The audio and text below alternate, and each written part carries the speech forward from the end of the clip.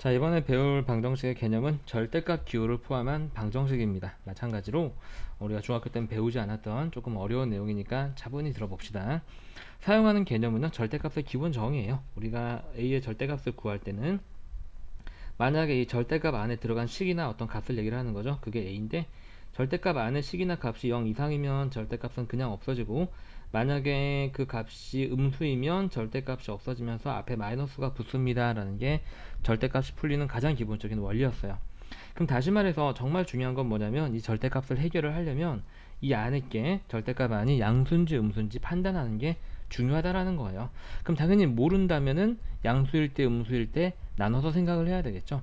그 언제 양수 음수가 갈라지죠? 그렇죠. 0을 기준으로 갈라집니다. 그런데 절대값 0은 어차피 0이기 때문에 0까지는 양수와 0까지는 절대값이 그냥 풀리는 범위 안에 포함을 시키는 거죠. 자, 문제를 한번 내용을 읽어볼게요. 핵심 내용.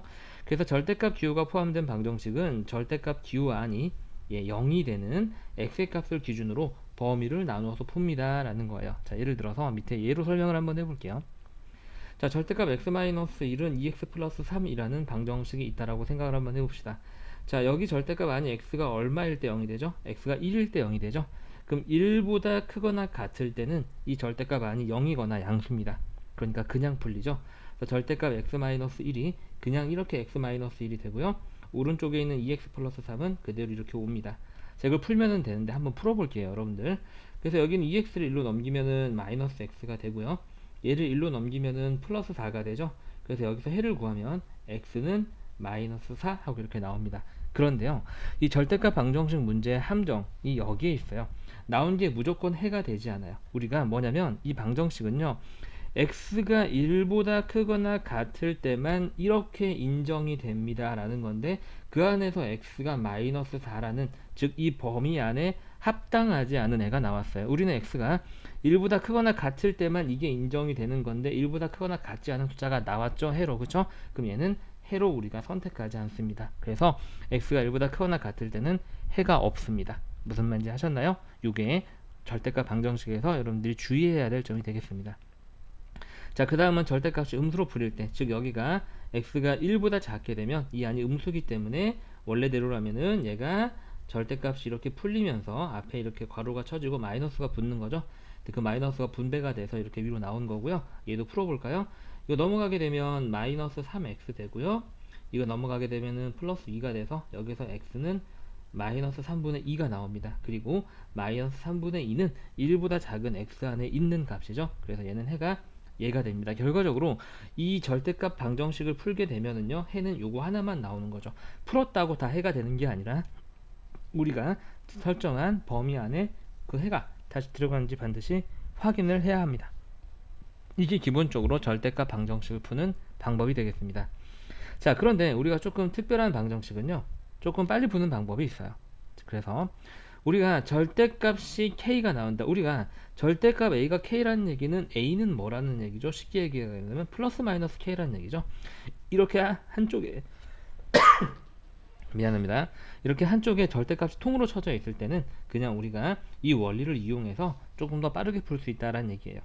자, 그래서 절대값 2x-1이 3이면 그죠? 이게 절대값이 여기가 없어지면서 여기에 이렇게 뿔마가 붙게 되는 거죠. 그래서 한 번은 저게 플러스 3일 때, 한 번은 이게 마이너스 3일 때 이렇게 두 개를 풀면 됩니다. 그럼 얘를 풀게 되면 넘어가게 되면서 2x는 4가 되니까 여기서 x는 2 하고 나오고요. 얘는 넘어가게 되면서 2x는 마이너스 1이 되니까 x는 마이너스 1 이렇게 나왔죠. 그럼 여러분들이 앞에서 선생님 절대값 방정식은 나온 해가 그 범위 안에 들어가는지 확인을 해야 된다면서요. 그런데 이 형태는요, 나온 게 반드시 그냥 무조건 다 해가 되니까 그 걱정은 하지 않고 사용하셔도 됩니다. 실제로 해봐도 우리가 위에 정석처럼 풀어봐도 똑같이 해가 두 개가 다 유지가 되거든요. 네. 그래서 우리가 이제 다음 문제를 한번 풀어보겠습니다. 기초 문제를 한번 해볼게요. 자, 다음 방정식을 풀어라. 자, 얘는 우리가 방금 했던 내용을 이용을 한번 해볼게요. 좌변은 통째로 절대값 쳐져 있기 때문에 얘는 2x-1은 플러스 마이너스 4다. 자, 여기 절대값이 없어지면서 여기 뿔마가 좌변은 통째로 붙는 거예요. 그래서 첫 번째는 2x-1이 4일 때 하나 풀고요. 자, 두 번째는 2x-1이 마이너스 4일 때를 하나 풀겠습니다. 그럼 얘는 넘어가서 2로 나누게 되면 여기서 x는 해가 2분의 5가 나오고요. 넘어가서 2로 나누면 여기서 x는 해가 마이너스 2분의 3이 나오죠. 그래서 얘는 답을 쓸 때는 x는 2분의 5 또는 마이너스 2분의 3 이렇게 두 개를 다 사용을 하시면 됩니다. 자, 그 다음에 밑에 문제 한번 해볼게요. 조금 확대를 한번 해보고요. 얘가 또 말을 안 듣네. 어이쿠. 자, 다음 녀석의 모든 근의 합을 구하여라. 자는 얘는 우리가 위에 있는 형태랑은 달라요. 그쵸? 위에 있는 형태는 지금 좌변에 통째로 절대값이 쳐져 있기 때문에 저걸 쓸 수가 있는데, 아래에 있는 거는 지금 절대값이 이렇게 좌변에 있는 일부에 들어가 있죠. 그래서 얘는 우리가 정석대로 풀어야 됩니다. 첫 번째, x가 먼저 이 안을 0으로 만드는 x값이 마이너스 1이죠. 그래서 마이너스 1보다 크거나 같을 때와, 두 번째, x가 그렇지 않을 때 마이너스 1보다 작을 때로 나눠서 풀어야 되고요. 자, 밑에를 풀어볼까요? 그럼 얘는 x의 제곱은 그대로 오고요. 그 다음에 얘는 절대값이 그냥 풀리는데 앞에 마이너스가 있기 때문에 마이너스가 분배가 돼서 이렇게 나오게 됩니다. 그래서 x의 제곱 마이너스 x 마이너스 2는 0이 되고요.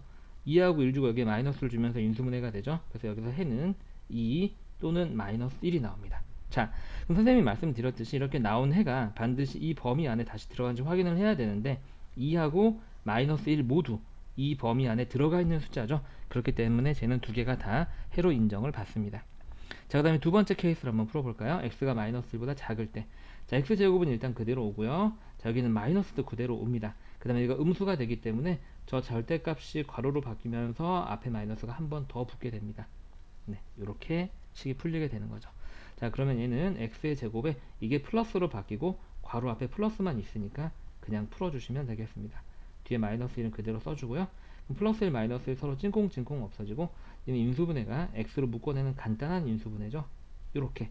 그래서 여기서 해를 구하면 여기가 0일 때, 여기가 0일 때, 그래서 x는 0이거나 또는 마이너스 1 이렇게 됩니다. 그런데 이렇게 해를 구하고 났더니 이 해가 지금 이 식은 x가 마이너스 1보다 작을 때에서만 인정을 받는데, 나오는 해는 둘 다 마이너스 1보다 작지 않아요. 0은 마이너스 1보다 심지어 크고요. 얘는 작아야 하는데 똑같기 때문에 충족시키지 않죠. 그래서 얘는 둘 다 해가 될 수 없습니다. 그래서 이 문제의 답의 해는요, 2 또는 마이너스 1, 이 앞에서 구한 것만 해가 됩니다.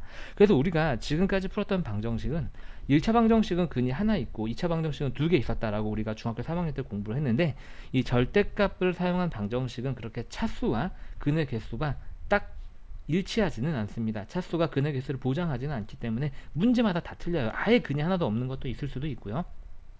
뭐 2차를 사용한 절대값 방정식인데 근이 하나만 나오는 경우도 많이 있기 때문에, 네, 그렇게 근의 개수와 차수를 연결지어서 생각하시면 안 된다라는 겁니다. 자, 밑에 한 문제 더 해볼게요. 자, 다음 방정식을 구하시고, 너무 뻔한 거죠. 여러분들 절대값을 한번 숨겨놓은 거예요. 여러분들 중학교 3학년 때 공부 많이 했던 건데, 얘를 보시면 얘가 뻔하게 뭐예요? x-3의 제곱이죠. 그래서 이렇게 루트 안에 제곱이 있을 경우에는 이 루트가 풀리면서 이 밑이 절대값으로 바뀌면서 나온다라고 우리가 공부를 했던 내용입니다. 그래서 주어진 방정식을 다시 쓰게 되면 x의 제곱 마이너스 8x 플러스 4에 까진 그대로 쓰고, 제가 절대값 x-3은 0 이렇게 풀리는 애라는 얘기죠. 그래서 얘도 범위를 두 개로 나눠야 됩니다. 이 절대값 안을 0으로 만든 x값이 3이잖아요. 그래서 x가 3보다 크거나 같을 때, 두 번째 x는 그렇지 못할 때, 즉 3보다 작을 때로 풀어야 되겠습니다. 그럼 풀어볼까요? 자, x가 3보다 크거나 같을 때 이 앞에 있는 10부분은 그대로 씁니다. x의 제곱 마이너스 8x 플러스 4하고, x가 3보다 크거나 같을 땐 이 절대값이 그냥 괄호로 바뀌죠. 네, 요렇게 됩니다. 풀면 되겠죠. 자, x의 제곱에 마이너스 8x 이거 분배되면서 4x 생기니까 마이너스 4x, 요거 분배한 거 마이너스 12는 0. 6하고 2로 인수분해가 이렇게 되고요. 그래서 여기서 해는 x는 6 또는 마이너스 2. 자, 마지막 검사 절대값 방정식, 항상 구한 절대값이 구한 방정식의 해가 그 범위 안에 포함이 되는지. 자, 6은 오케이 통과, 3보다 커야 되니까. 근데 마이너스 2는 너 불통과, 3보다 크지 않죠? 그래서 얘는 버리는 해가 되겠습니다. 자, 두 번째 마지막 경우 한번 해볼까요? x가 3보다 작을 때. 자, 그럴 때는 여기가 음수기 때문에 마이너스를 바뀌면서 풀게 되겠죠. 자, 앞에 거는 일단 그대로 쓰고요. 자, 플러스 4까지 그대로 쓰고 곱하기로 연결되어 있고요. 자, 이게 음수기 때문에 저 절대값이 이렇게 괄호로 바뀌면서 앞에 마이너스가 붙습니다. 는 0. 여기 곱하기라는 거 주의하시고요. 자, x의 제곱 마이너스 8x고요. 얘는 실제로 마이너스 4기 때문에 그게 이렇게 분배가 되면 마이너스 4x 플러스 12는 0 이렇게 됩니다. 자, 이 식은요. x의 제곱 마이너스 12x 플러스 12는 0 이렇게 되죠. 이게 지금 현재 인수분해가 안 되죠. 그러니까 어쩔 수 없이 근의 공식인데 여기가 짝수니까 짝수 근의 공식을 사용을 하겠습니다. 자, a분해인데 a가 지금 현재 1이죠. 그럼 1분의 자, 이 녀석의 절반은 마이너스 6이니까 부호가 바뀌어서 플러스 6이 나오고요. 절반의 제곱 36 마이너스 ac니까 a가 1 c가 10이니까 이렇게 되겠습니다.